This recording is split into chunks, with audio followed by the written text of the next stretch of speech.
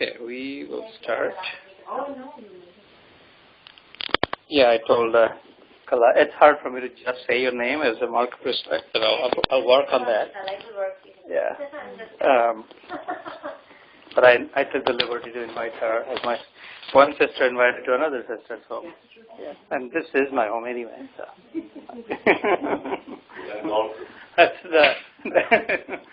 That's the beauty of this. Wherever I go, I'm like totally feel like I'm so sorry, but that's real.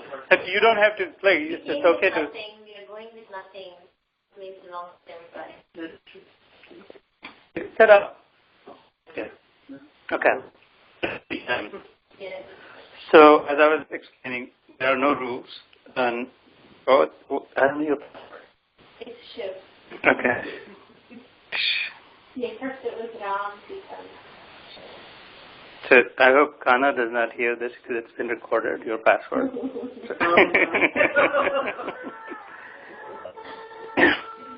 She keeps changing it for Kana. That's why I have to say cybersecurity. Cybersecurity. Oh my God. Yeah. So we'll sit quietly with eyes closed, just for a few minutes, to gather ourselves together.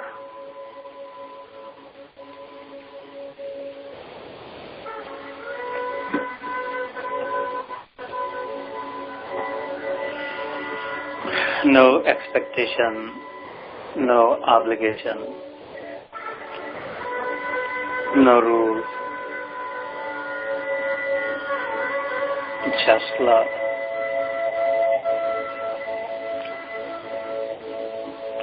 No drama, no image to manage, no optics to look out for. Just being.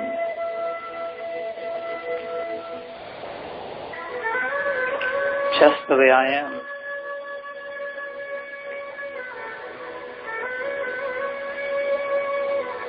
Just the way I was made. By the Maker of all.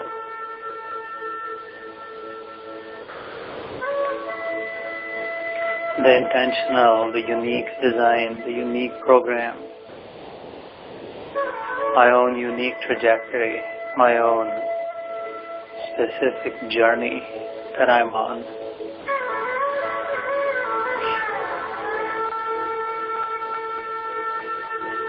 I take the next couple of hours to cast off all pretension.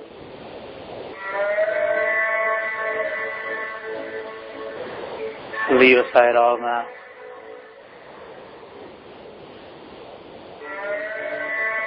Just be.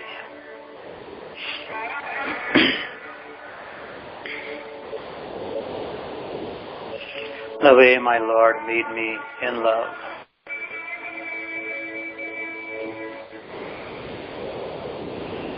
तो थोड़ी देर शांत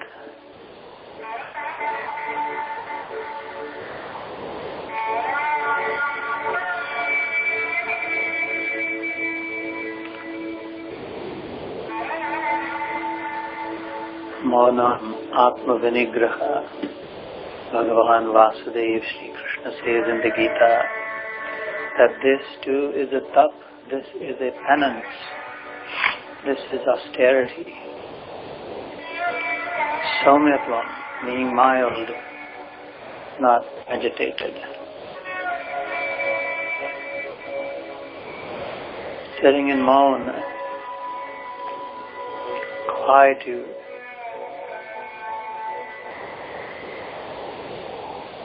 आत्म विनिग्रह अच्छी प्रकार से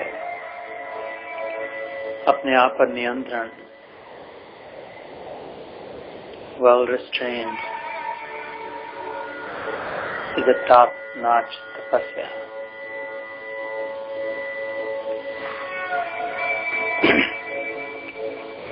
So practicing that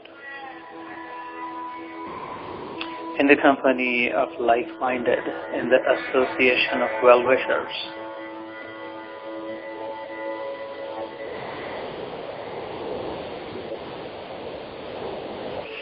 giving myself an opportunity for this spirituality to take roots,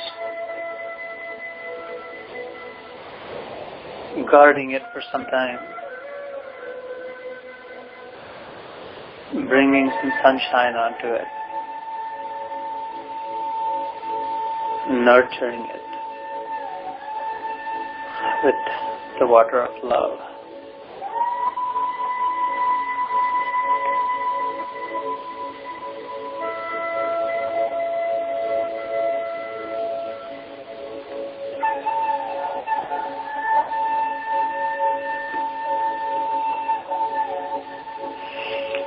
बिनु सत्संग विवेक न होई, राम कृपा बिन सुलभ न सोई. Sant Tulsidas ji says in his famous Ramcharitmanas, also known as Tulsi Ramayana,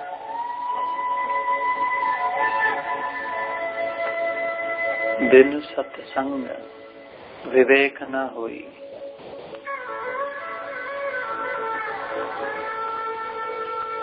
Without basking in spiritual conversations, in spiritual company,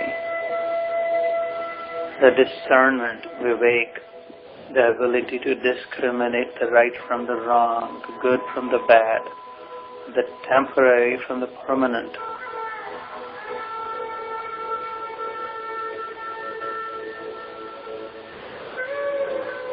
Separating the gems from the garbage.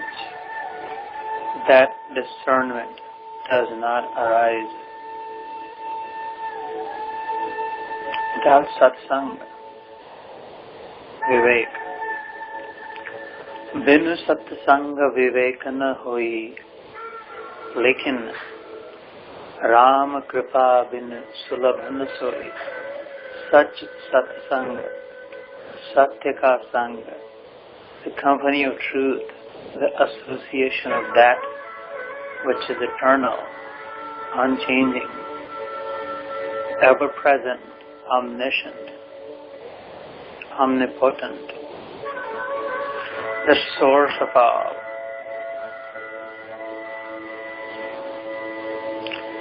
That is not easily attained without Rama Kripa, the grace of God,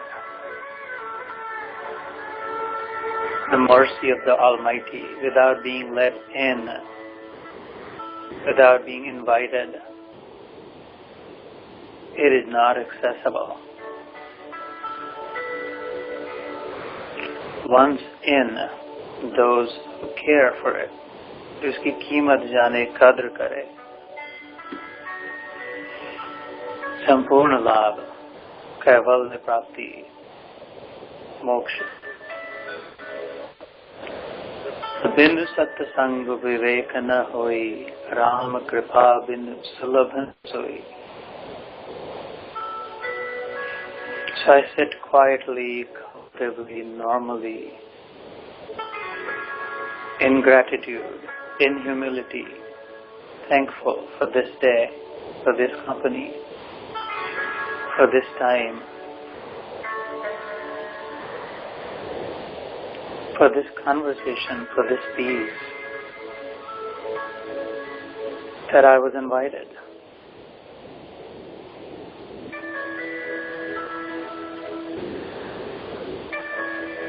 Invited by God Himself, Rama Kripa, for satsang. I feel special. I feel blessed. I feel very fortunate that I am here today. Of all the places that I could be, of all the things I could be doing, I'm right here, right now, preparing my mind to hear the glory of the Lord, and in Him the glory of my own self that I have completely forgotten, misidentifying myself with the beggar-like human body, that which I am not.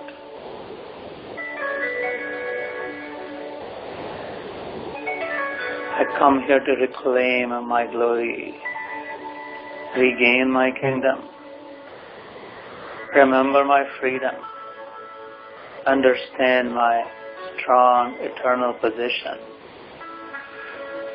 be situated in the original all-inclusive love. For all of which, again, I am thankful.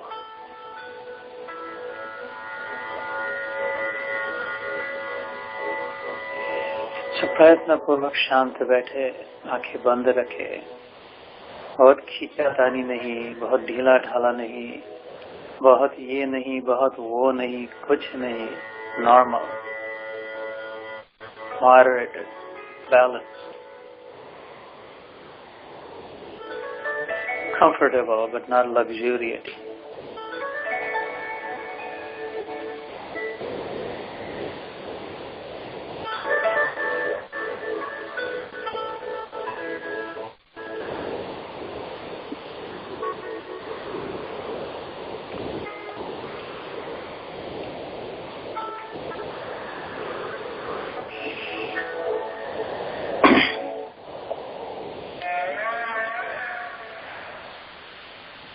I have to stop then because I saw my daughter after a long time. How are you, Anika? Oh my God! What a beautiful. I opened my eyes and there she was.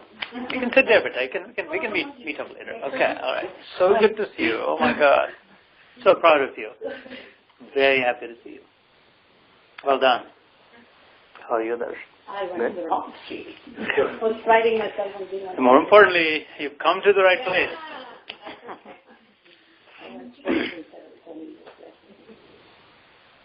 Oh, your phone is right there. So, as I was saying, again, anyone who wants to sit up can. Please don't feel shy about it. As long as you let me sit at your feet, then we're all good. But seriously, again, I'll say to all of you, also don't. Yeah. So as I was saying in Dhyan, I was inspired with Tulsidas ji's doha, Bin satsanga viveka na hoi, Rama kripa bin sulabha na soi. Without satsang, without satya ka sang, association with the truth, vivek does not come up. Vivek being again the discerning ability, the ability of the heart to be able to discern differentiate between what is right and what is wrong. What is most importantly, it said what is temporary and what is permanent. We don't normally usually think about it. All our decisions are just made in the moment without thinking about is this long lasting, is this forever, is this in the moment. Vivek is considered as the first big step towards spirituality, which is why that word comes up, Vivek. Right? And if you were to think about the spectrum, it starts with Vivek, then that Vivek with it brings Vairagya, which is sort of the feeling of unattached, detachment, right, renunciation. Together, they lead us to Gyan, like the knowledge. That's when you start to kind of see what the truth is. Light starts to shine through the window as if, oh, okay, there's something else more than just what I was thinking of within these walls. And that's when you step out and see this whole big world, a completely different universe, a lot more than you'd imagine, right? But the Gyan, the stronger Gyan becomes, this is based on our scriptures, this is also based on experience. That's when Bhakti is invited into the life, into our lives. And then after Bhakti is Prem. And so, love. By love, anytime I say love, two aspects of it to it. First of all, it's love of God, so that it's not mistaken. But in it, implicit in it, is love of God means love for everyone. Right? It's not that I love this old man or some woman somewhere else. These people they're all, it's not unworthy of. That's quite the opposite. Love of God is love of God only if it inescapably, inevitably, anivarya shartka, undeniably has to include love for all, everyone, because fundamentally God is in those forms, right? Is eternal. But before Vivek, Tulsidas ji said in the Dwaj, Kripa, like Ram, right? Ram Kripa. So unke Tulsidas ji ka ishta Ram the, isliye he said Ram. You can replace that with any other name. Before that even, it's like a 7-step process. Everything has, all cool things somehow are in 7, right? This habit and this, that. And so the one prior to that is Shraddha. In the 4th chapter of the Gita, when we get to the 4th chapter, 4 years from now, because normally your pace is a chapter per year, so not very slow. But sure, the good thing is we don't look back once we make progress, and wo pakka ho jata hai, na? There's one shlok in the Gita that says, Shraddhavan labhate jnanam tatpara sanyatendriya. That was a transformational shlok for me. Anything I talk about will be completely based on experience. And I'll point out things that I've heard, but I haven't. Like today, we'll talk about one thing that I know about, but I have not practiced or experienced, for example. But it is part of the overall scheme. Shraddhavan labhate jnanam tatparah sayyatendriya, 4th chapter. Jnanam labdva param shantim na chirena adhigacchati. So this is when God is saying to Arjun, Krishna is saying to Arjun, whoever has faith, the seed of faith, that's all that is required, right? A whole forest is within a seed, right? Sort of. So whoever has the seed of faith is eligible for Gyan, is entitled, has a right to reach, like achieve that Gyan. The Gyan, not information, it's knowledge. Knowledge not of the world, knowledge of the self. Knowledge of the self, knowledge of the world, and everything else there is to be known. So Shraddhavan labhate jnanam tatpara sanyatendriya. That knowledge makes you tatpar, more hungry for more, like you want to know more, because it is so captivating, it is so intriguing, it is so interesting, it is so attractive. As the more you start going inward, the more the light starts to come inside, the more you start to see the gems within and the way they shine. It's unbelievable treasure inside. Everything outside put together fades in glory. Everything, not just one job or one, everything else put together, completely outshined by a small, like a window within yourself. And that is in all of us. It's never meant to be a special entitlement for the Mahatmas or for the sadhus. It's the exact same as in all of us, right? So this process is of discovery, self-discovery. Like, what do you mean? Like, do I have it too? How can I experience? Is that true? And so the process is also a very practical one. This does not expect you to believe it. This process does not expect you to just believe it because it's said. It's quite the opposite. It's again and again in the Gita and elsewhere too. You're encouraged to question it and inquire within. With a guarantee that the more you inquire within, the more you'll be convinced that, oh my God, this is so true. Oh my God, that's right. Oh my God, what was I missing all this time? What did I spend my 50 years doing? Right? I haven't been paying attention to this. So it starts with Shraddha. We are here because we are Shraddha. Like the seed is here already, right? So the forest is very possible. The treasure is very possible, right? We wouldn't be here. Guaranteed, we wouldn't be here. No one wants to waste their time if Shraddha wasn't there. So Shraddha, Ram's Kripa is there because, again, satsang would not be available. Gita would not come in the house. We would not care for the words and they would not fall on our ears. You have to trust it. So now we're on the path of Vivek. Last session we started on that. So today we'll make some progress. So it's a kala, right? I'm working on it. Today, last time was in April was the first session. We don't jump right into just reading the slokas and just reading the translation because everybody can do that at home. No big deal, right? Anybody can order on Amazon the book and read and all that. But we do want to stop, slow down, take the time, talk about it, understand like practically every dimension of the message, and then also discuss among ourselves. So it takes 2 or 3 sessions just to set the full context. Like why Gita? Last time we spent a lot of time on why Gita. Of all the 1,000 scriptures that are there, especially in Hinduism, why Gita, right? So we went past that. So this takes us through this spectrum of Vivek, Vairagya, Gyan, like I said, assuming that Ram Kripa has brought us here. And because we had the currency of Shraddha, we were able to cash in on that. So Vivek, again, is the ability to discern, to be thoughtful, to be intentional. Slow down and stop. In the way I speak with someone, in the way I think the thoughts, in the way I act, right? It's like threefold test. Manasa, Vacha, Karmana. The same Tulsidas, he made this famous. Like watch within. That's where you slow down. First step, right? What am I thinking? Is this right? Continuously discern. Is this right? Is this good? Am I thinking mostly about temporary, that which will not stay, that has never stayed? Or am I saving some thoughts? Am I giving some energy to think about that which will never perish, the imperishable one? Is there anything imperishable? They say, I am Atma. What does that mean? Right? Am I saving even 2%, 10%, 20% of my time, my breath, my energy for that?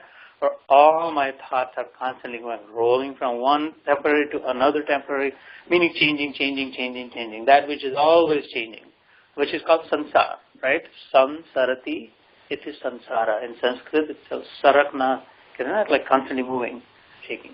The one that's always flowing, like always degrading, always distorting, always deforming, that is samsara. Am I completely wrapped up all my time in thinking, or my thoughts are all about that? My body, my job, my title, my neighbors, my home, my 401k, my 529, my husband, my wife, my this, that, all of which is samsara. Everything under the sky is samsara. Nothing will last. And it will not give anything permanent that we can keep. Right? Like our own bodies. That is how, like, our own bodies are part of samsara also. And we say, my body, that must mean that I am something different from the body. Right? My hand, my head, my hair. And then who am I? If this belongs to me, who is that me? So am I saving any of my thoughts for that, or this is constantly going after the temporary? When I speak, manasa, like thoughts, vacha is vani. And I use my tongue, whatever I use my tongue for, is that all for the temporary? Especially vibrating constantly to create the sound vibrations. Is it all about the people in my life, this, that? Or am I also taking, for example, the Lord's name? I have heard that the Lord is imperishable, eternal, all that. How much time do I spend in reading the scriptures, for example, that talk about His glories or talk about the Gyan? How often do I take His name with my tongue? So being able to discern in that. And then, of course, the karma. Whatever I do with my karmendriya, my hands, my feet, all that, is it constantly the pursuit of the temporary, that which will not stay? Or is there some of my actions, are they saved for the pursuit of the eternal, for the pursuit of the permanent? So when I combine those, and when there's some, like khopdi mein prakasha hai, thoda prayatna, right? Some effort is taken towards that. That's vivek jagrit hua, kehte hain. That it is like, imagine when you're dreaming, and sometimes you feel like, I don't know if this is a dream or real. Like you like very lightly at some point in some dreams, strangely feel like this is a dream. But then you go back like, it's not strong, the signal is not strong enough. But this is a dream, if we make it real, like we feel real, and we keep dreaming again, get too excited or too depressed or whatever. But that occasionally everybody has experienced, like I knew it was a dream, or like something. That's like this vivek in life. Because as we progress on this path, you will understand and experience, if you're committed, as we progress on these conversations, understand, but if you're committed, experience, which is the king of all. Nothing comes close to experience. No words, no scriptures, no amount of sadhana, no amount of anything comes even ever close to your own experience. So this is for your experience. This would be a complete waste of time. Anything else could be better than this if all it was just to put up with me and tolerate my buck because somehow we know each other in some manners and this, that. Like, no, this is for your experience. Like, and every one of you individually. It is not enough that you should be very, very unsatisfied with someone else's experience. Our religion teaches us that, Hinduism. That you have to experience yourself. Otherwise, this is of no use. It will bring nothing, right? So that's Vivek, and we'll strengthen Vivek through these slokas, the meanings of those. And the more Vivek grows. So, for example, the signal, if it was stronger and stronger in your dream that, wait, this is a dream, this is not real, I don't have to be afraid. There is no tiger, right? No one is biting off my leg. If it gets stronger and stronger, then you will obviously feel some relief. Or if you hit the jackpot in your dream and the signal starts to strengthen that, oh, look, it was just dream, fake money, then you start to feel renounced about it. Like vairagya comes, viragata. Rag in Sanskrit is like attachment. Really, really loving whatever you like, loving in moha, in agyan, a mistaken love, thinking that this is good and loving it. Or virag is opposite of that. To realizing that there's nothing, there's no substance in it. That this is really not giving me any real juice. Juice of life, juice of joy, juice of love, any. And so when we start renouncing, detaching, that's vairagya. So the more vivek comes, that this discernment between good and bad, right and wrong, and it is emphatically stated that we already have it. If the person is alive, it is stated, the person has vivek. It's completely covered up. It's completely forgotten. Like inherently the design, human design comes with it. But generally speaking, inside everyone pretty much knows.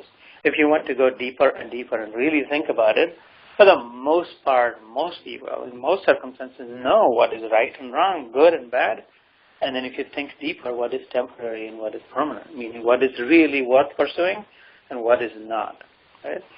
But because it is so covered up, that it is like we have forgotten, as if we never knew that we have that. And so it's a completely foreign concept, it feels like. That's how the Gita starts.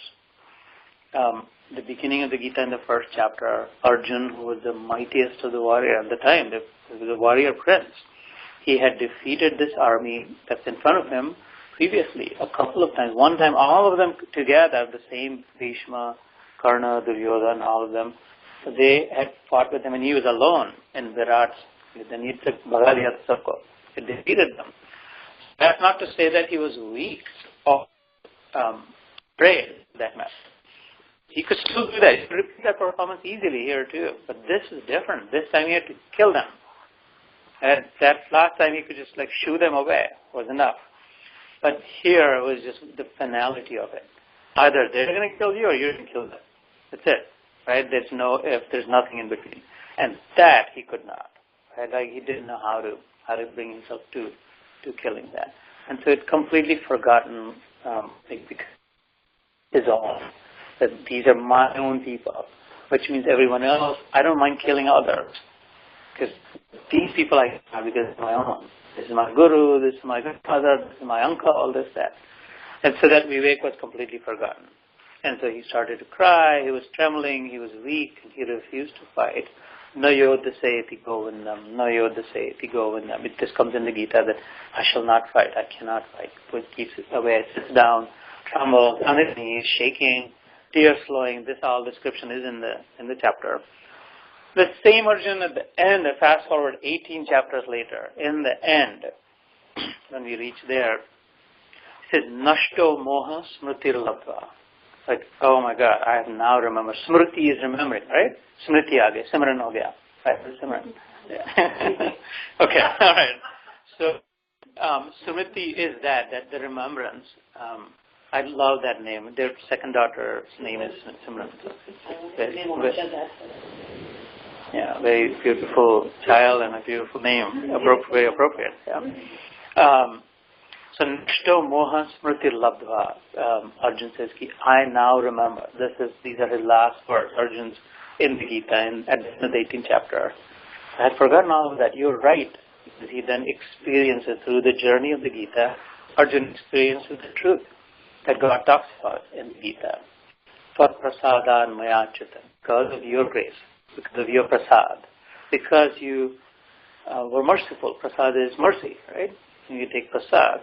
That's why we receive it with a lot of humility, because it comes with the secret grace of the Lord. It's been sanctified, And whatever it is, dahi, pere, vatasa, kela, the thought behind it is that it comes with grace.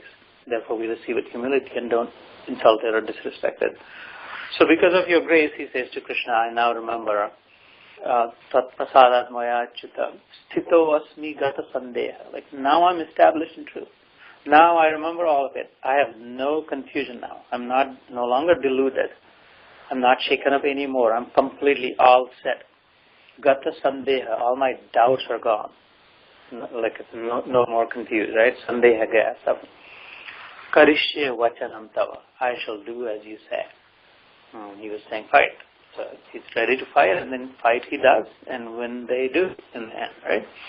So that's the journey that we're on. He had his physical enemies. We have our own internal enemies. We have our own mental. Most of the battles for most of the people are internal, right? Most of the fights are with people that we know. Most of the accidents happen within like 4 miles, 5 miles. Everything like right around her. All the good and the bad is like completely, so much so around us that most of it, the critical mass of the good and the bad, it's inside. That's how close to us. It can't even be seen outside. That is how close to it is. Most of the demons, right, are within, inside. There are no external demons. Most of the thoughts and all of those are inside. So the more we go inward, we're able to face them, bring them. And the moment you face them, I guarantee you, the moment you face them, they disappear because they do not exist. When you face them, you see that they're nowhere to be seen. Where did they go? Right? But you do have to make an effort. So Gita is a very practical way. This is almost not a religious scripture. It's a very practical tool to slowly, unbeknownst to us, take within random times. They will have their effect. Like really randomly, they will pop up and they'll start to have their effect. Which is why I said about the shlok of the Gita, Sanskrit language has its own power because of their own potency. They carry with them their own power. They can pop and need them, and they will come to rescue. So that was Vivek. Vairagya is detachment. Last time I had said that Vairagya is, we talk about attachment, and then detachment, right? There's a lot of talk. You should remember again that detachment is unattached love, right? Attachment is attached love, and detachment is unattached love. Never without love. It's a very big misconception, misunderstanding, that detachment means you have to stop loving and you have to run away, you have to hide, you have to go away or send people away because you no longer love them. You should not love them. And that's like as wrong as it can be. All it simply says is like, love you must. There's no way around it. In fact, love is the highest on this spectrum. As we take these steps, right, we make what again said, then together they'll bring Gyan. When Gyan arrives, when it really shines and dries up all the muddy water, then Bhakti comes. And with the strengthening of Bhakti will come Prem. And that's considered in our scriptures, in our religion, as the highest good, the greatest good, the biggest accomplishment. When one can be situated in completely uncontaminated, unrestrained, all-inclusive love. Like zero expectation, the thought isn't even there. Love for the sake of love. So we're all progressing towards that. These sessions will be taking us towards that. If that's not of interest, then we're in the wrong place. Definitely. Because I don't have a way to change that, then sort of set in it. So I should give that disclaimer out. So this is cumulative progression. When we talk about Vivek, Vairagya, Gyan, Bhakti, Prem, all of those come with Prem. So there is no Vivek. You cannot say, well, this is right, this is wrong, this is temporary, this is permanent. Love has no place in it. It cannot be. Right? Well, you cannot say that Vairagya, I'm leaving, I'm finding my own cave, like I said, right, in the Himalayas, and I'm renouncing, I'm retiring. You have to be completely overflowing with love. Right? So it has to be. Gyan is no Gyan. If it is devoid of love, it is worthless. It isn't even real. I challenge, I guarantee you, Gyan is not real Gyan. It is half-baked Gyan.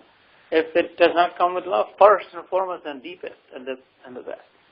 So, and then Bhakti, it's just ritualistic. it is not meaningful. It's meaningless to go nariyal phoda, agarbatti kari, dahi pede khilaye, wo kuch mantra keh diye, gol gol ghume 108 baar, aur phir udhar udhar kare. But the thought of love isn't there. Love of God and love of that's in it, love for everyone, right? Then bhakti might as well be no bhakti. It's not going to do much. Right? Jeevan va chakkari karte rahenge. And then that's slowly how love will is. Once you are there, bhakti karo na karo, phero na phero, nariyal phodo na phedo, agarbatti ghumao na ghanti bajao na bajao, right? Put kitab padho na padho, kuch bhi karo na karo. It doesn't matter. It's effortless. And that's a matter of experience. And you can, everyone can, in fact everyone must. Prema pumartho mahan. This is a sentence from the scriptures. And so what that means is dharma, artha, kama, moksha. We've heard of these things, right? Like char dharma. And like if you're human, then we're supposed to achieve, from the time we're born until the time we die, we should be working towards these 4 things. Our religion says, Hinduism. Dharma, artha, kama, moksha. Right? Artha is like financial stability, like it's a material strength, right? That's artha. Kamana is fulfilling all the desires. I wanted a big house, I wanted a branded car, I wanted nice clothes, the bag, the vacations, this, that, all of it. That's fulfilling those. It suggests that, if you're a human, this is the best, this is as good as it gets. You can enjoy this form more than any other form because you're conscious in this form. You're conscious of the joy. That is what sets the human apart from dogs and cats, and right? You're aware in the moment of what it is that's being enjoyed and how. And then dharma is to follow the rules, generally align with the laws of nature, like live and let live, or coexist, all of those. And slowly work towards moksha, mukti, freedom. So those are the 4 tenets, the 4 pillars of a religion. But in the scriptures, it said the 5th hidden secret one is prema. We must achieve prema. Where it just lives, prema just is felt. There's no knot in it. There's no ripple in it. There's no distinction, to be seen. It's just love is constantly flowing, right? So we're striving for that. And so the point that I was making was that the spectrum, vivek, vairagya, jnana, bhakti, don't ever think that these are without love, or that when we get to that stage, we will have love. Not so. Love transcends all of those. It is right. It's like the railing when you're climbing up a mountain from the bottom to the top. If there's a railing up there, that's always there. In the end, there's just a railing and you see the view. The steps are all gone, right? So, what's not tolerable is to be without love, like for yourself, right? And it's the greatest loss. You can have the wealth of the world. If there's no love, there's no joy in it. And you may not have a lot of wealth, but if there's love, there's great joy. So that's, with that, we will start the first chapter. Before that, last time I had said some great personalities have, and maybe I should just let you read instead of reading it out. So people like Henry David Thoreau, Emerson, Einstein, and many other, Vivekananda, and like Indian and non-Indian, very, very big names, like little luminaries, have read and have been extraordinarily influenced by the Gita. And they've expressed their thoughts about how it has benefited them. Big scientists, big philosophers, and all that. So there is a compilation of all those in this book, but maybe I can share, you can read also. Maybe occasionally, once in a while, we can read. So, in that spectrum, where we are today, or what we're working on is the Vivek Vairagya Gyan part of it. We cannot cover all of it at once, right? In that, some of the tools that are there, one of them, we talked about the Ashtanga Yoga last time, Patanjali Yoga, right? We talked about the Yam, Niyam, Asan, Pranayam, Pratyahar, Dhyan, Dharana, Samadhi. It's been 3 months. Maybe I should quickly refresh the wise, right? So Ashtanga Yoga, Patanjali, everybody's heard of the name at least. Like he divides the yoga as believed. The yoga is believed to be just the asanas, and it's as far from the truth as it can be. That's a tiny part of yoga, right? That's one of the small parts. then what is the full spectrum? We talked about there are 8 limbs. These were the 8 that I just talked about, which was yama. Yama means just the laws that have been given to you, like law of gravity, or the heat transfer, or whatever, right? Thermodynamics, entropy of the universe is ever increasing, is it not? The entropy, all of those. So there's no way around it. That's like just the more you align, the more you accept them, the better your life will be. You just have to like understand them and adapt accordingly. So those are the yam, not just the physical laws, but just also human laws, right? So external laws that are decreed, that are given to us, that we have to understand and adapt are yam. Niyam is internal laws, like those that we can build. That's not sufficient that the entropy of the universe is ever increasing. I don't even know what the heck that means. So I'm going to make up my own niyam, right? Is that the third law? Yeah, isn't it? Yeah. So, yeah, okay, all right, well.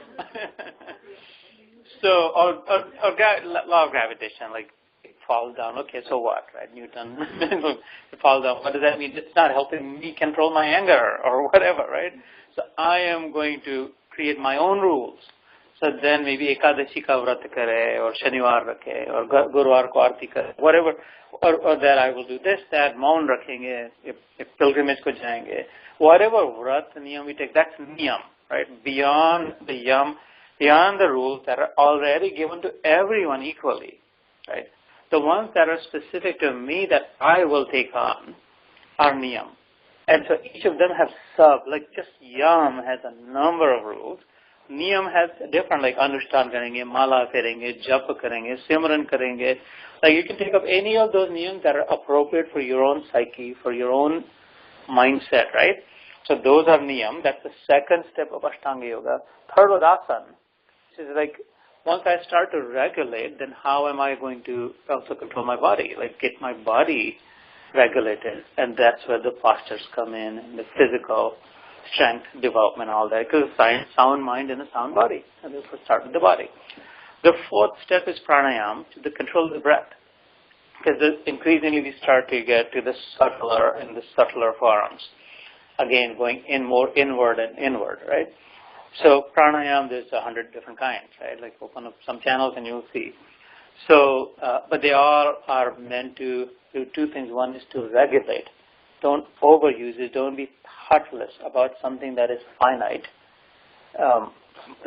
We believe breaths are finite, right? We don't have infinite number of breaths. And that can essentially be used, that can be harnessed.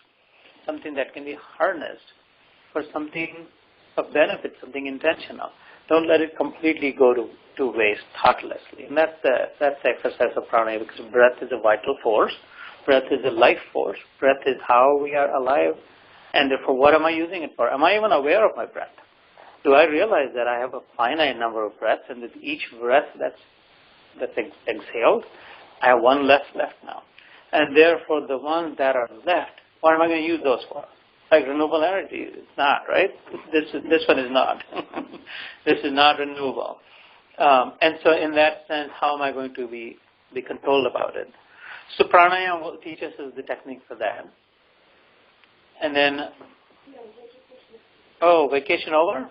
Yeah, just came back. Okay, wow. And then the fifth one was pratyahar, which was being watchful of ahar, like what am I taking in? So whatever I take in is to all my senses, not just eating. Of course I have to be watchful, low carbs, all that, right?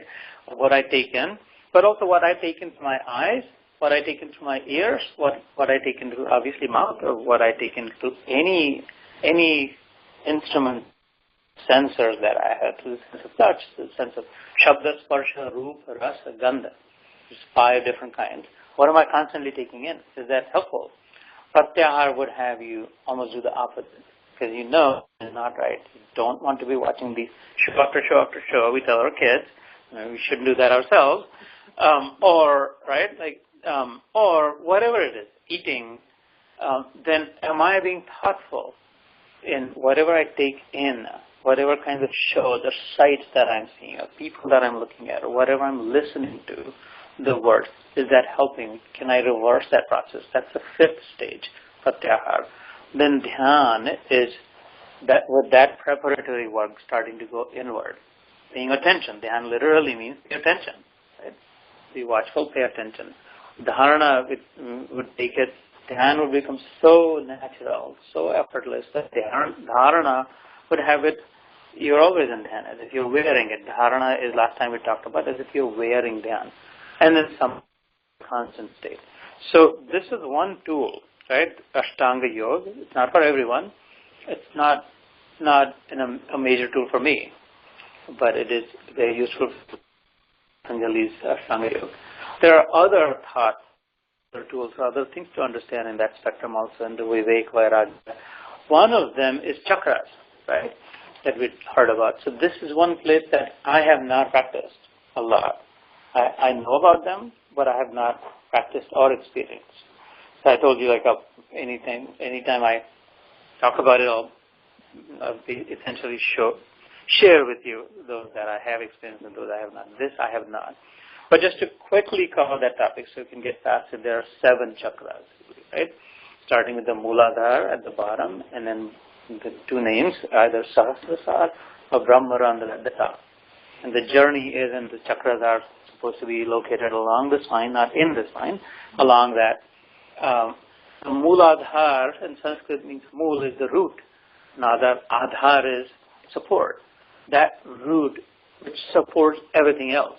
That's Mooladhara. So that's at the lowest part of the body. Not the legs, because the legs, the feet sort of hang from the lowest part of the torso, right, where the 2 ends meet. It's called the Shivni, where there is a stitch, it's believed. That's Mooladhara.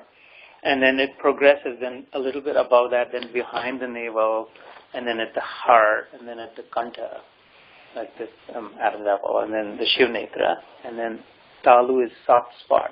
When we're born, there's a soft spot, right? They put oil and this, that, to sort of close it. But it is believed that soft spot always still remains softer than all other spots of the skull. And the thought there, many people have practiced and proclaimed, I have not. So I believe it though, because it's in the Upanishads, it's in the scriptures, it's in the Puranas, and it's in some of the living saints of today who will tell you about their experiences and help you if you want to. But the Mooladhara, the lowest one, that's where the survival instinct. So these are the concepts of today, but they are like thousands of years ago written in our scripture. That's where the survival instinct lives. Like food, ahara, nidra, bhaya, maitun. It's fourfold. Like, what am I going to eat? Where is my next meal coming from? What if I don't have a meal 8 days from now? And so this the whole attitude to collect for meal, ahar. And if now that I've eaten, can I rest for a while? Right? Sleeping. Bhaya is a sense of fear, this insecurity. How can I be safe? Do I should have security alarm or this, that, or should I move to a different country? And appropriate. I generate my own mind. I want more of my. So those kind of qualities reside there. Those whose minds are always in Mooladhara, as is believed, are usually wrapped up in these thoughts. Ahara, nidra, bhaya, maitun. Shankaracharya is arguably the greatest, most brilliant Pandit that India has produced hundreds of years ago, had suggested that most of human life has gone just that. Ahar, nidra, bhaya, maitun. Like, how am I going to, earning more, and then enjoying whatever. But then as it starts to deplete more, and you have more than enjoy, right?